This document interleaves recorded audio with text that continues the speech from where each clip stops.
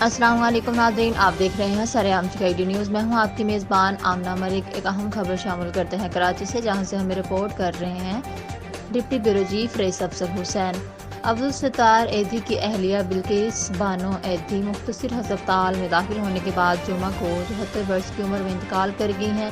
وہ 3 دن تک کراچی کے ایک ہسپتال میں داخل تھی اور ان کا بلڈ پریشر اچانک گرنے کے بعد انہیں وہاں پہنچایا گیا۔ وہ ایک پیشہ ور نرس تھی اور بلقیس ایدھی فاؤنڈیشن کی سربراہ تھی۔